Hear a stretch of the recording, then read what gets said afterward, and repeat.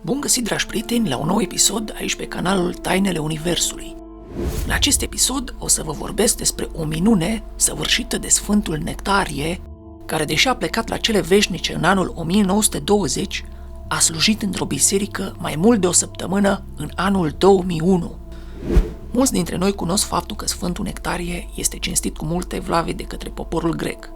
Grecii au chiar și un proverb: nu există vreo suferință pe care nu ar putea să o tămăduiască Sfântul Nectarie. În urmă cu câțiva ani, locuitorii unuia dintre satele de munte din Egina au rămas fără preot. Timpul trecea, iar un alt preot nu a fost repartizat în această parohie. Iar când a început postul mare, țăranii au început să-și facă griji. În Grecia, în prima și ultima săptămână a Sfintei Paresimi, nu se merge la muncă și la studii, toată lada se roagă. Steagurile sunt coborâte în bernă în semn de doliu pentru Hristos cel răstignit. În fiecare zi oamenii se roagă în biserici la slujbele lungi din postul mare, participă la drumul crucii, țin post strict fără ulei, iar mulți ajunează complet. Pentru orice parohie să rămână în aceste zile fără preot este un lucru de neconceput. După ce s-au consultat între ei, țăranii au decis să scrie o scrisoare de cerere către episcopul locului.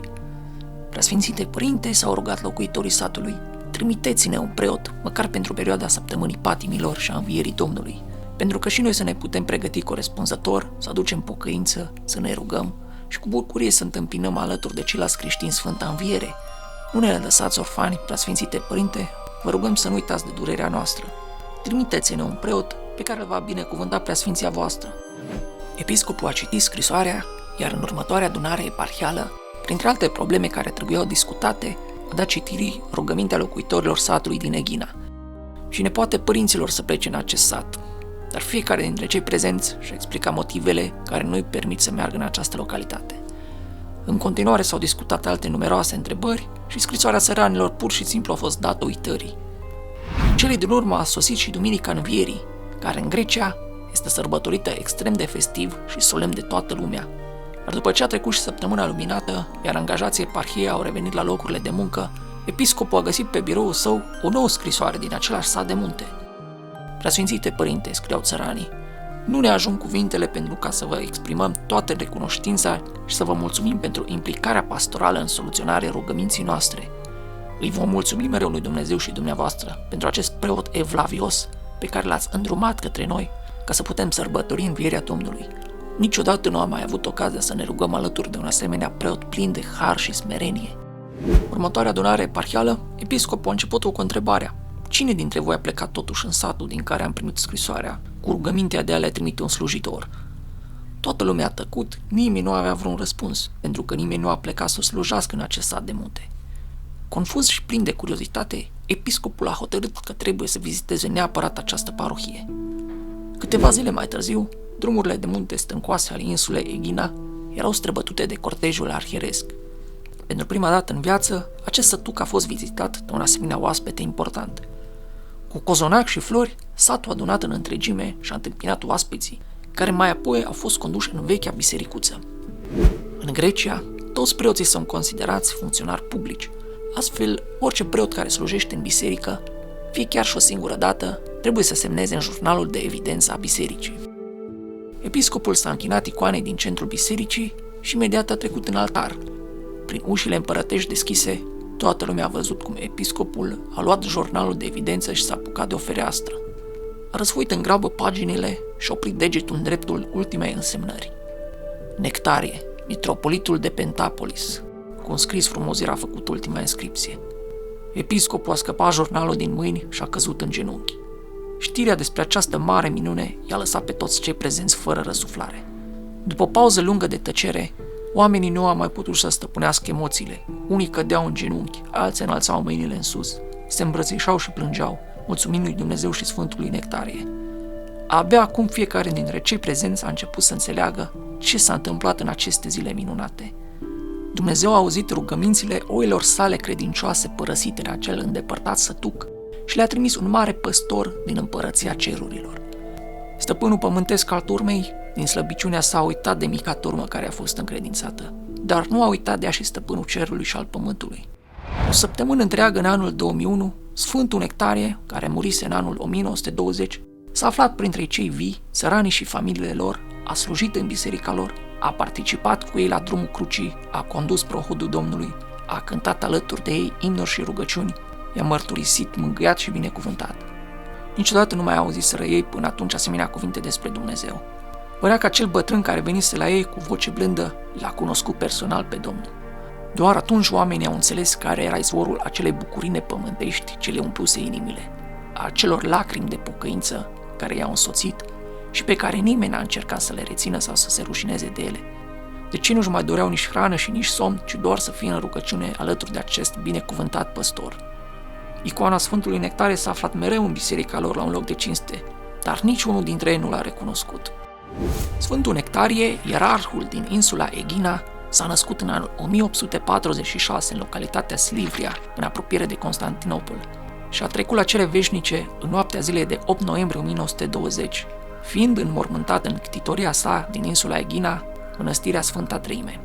Pe lângă această minune săvârșită în anul 2001, Sfântul Nectarie a făcut multe alte minuni. Astfel, într-o vară fiind mare secetă în insula Egina, pentru rugăciunile sale a venit ploaia din belșug și au rodit țarinile, încât toți s-au îndestulat de hrană. Văzând acest lucru, toți locuitorii insulei au început să-l cinstească în inimile lor pe Sfântul Nectarie, ca pe un vas ales al Duhului Sfânt, și să-l cerceteze pentru fiecare nevoie a lor. O altă minune a săvârșit-o în satul Dicheliotica Egeu, aflat lângă Marea Egee, unde trăia o femeie pe numele Gheorghe Apostolopoulos, bărbatul ei Costas și cei 4 copii ai lor. În casa lor, în loc de cinste, se afla icoana Sfântului Nectarie din Egina. Pe toți cei 4 copii, femeia i-a crescut cu multă dragoste, învățându-i să fie smeriți și iubitori de Dumnezeu. Mai că dintr-o dată o tumoare canceroasă a zdrobit inima femeii, care nu mai putea să aibă grijă de soțul ei și de cei 4 copii ai lor. Doctorul din localitate i-a confirmat boala, trimițând-o la un spital renumit din Atena. Acolo, același diagnostic, cancer.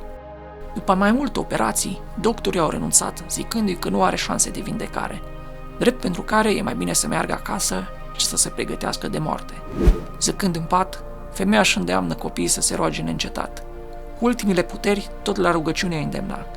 Într-o noapte de noiembrie, femeia a deschis ochii și a spus: L-am văzut.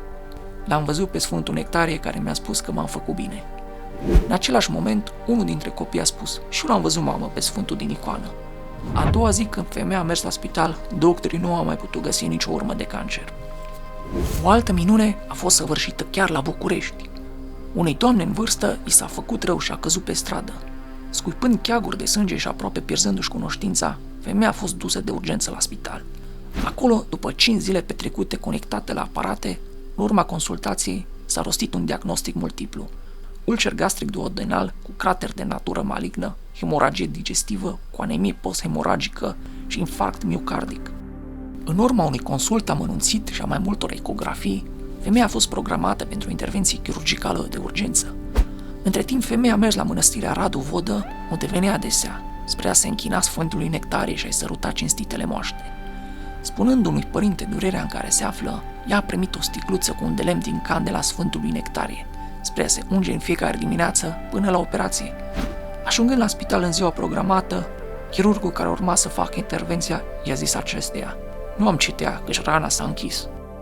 Și încă o minune săvârșită tot în România. Un monah tânăr din țara noastră a fost diagnosticat cu mai multe boli grele: hepatită activă, colecist alungit, gastrită cronică, ulcer duodenal, reflux gastroesofagian, pietre la fiere și colon iritabil. Întâmpinând mari greutăți în a mânca și a munci, după 2 ani de internări și analize, monahul a venit la un spital din București, unde în urma analizelor a fost programat pentru o dublă operație, la fiere și la stomac. Știind despre moaștele Sfântului Nectarie, aflate la mănăstirea Radu Vodă, monahul a mers să se închine și să se roage pentru ajutor. Simțind o mângâiere deosebită din partea Sfântului, monahul a plecat spre casă, simțându-se încă foarte rău. A doua zi însă, nici semn de durere nicăieri. Ajungând la spital în ziua programată pentru operație, când au fost făcute analizele, acestea au ieșit perfecte. Nici semn de boală. Doctorul, crezând că este vorba de o eroare de calculator, a repetat analizele, însă rezultatul a fost același, nici semn de boală, căci Sfântul Nectarie îl operase pe monah în chip tainic tămăduindu-l. Dacă v-a plăcut acest film, dați un like și abonați-vă la canalul Tainele Universului, pentru că mai avem aici și alte materiale interesante.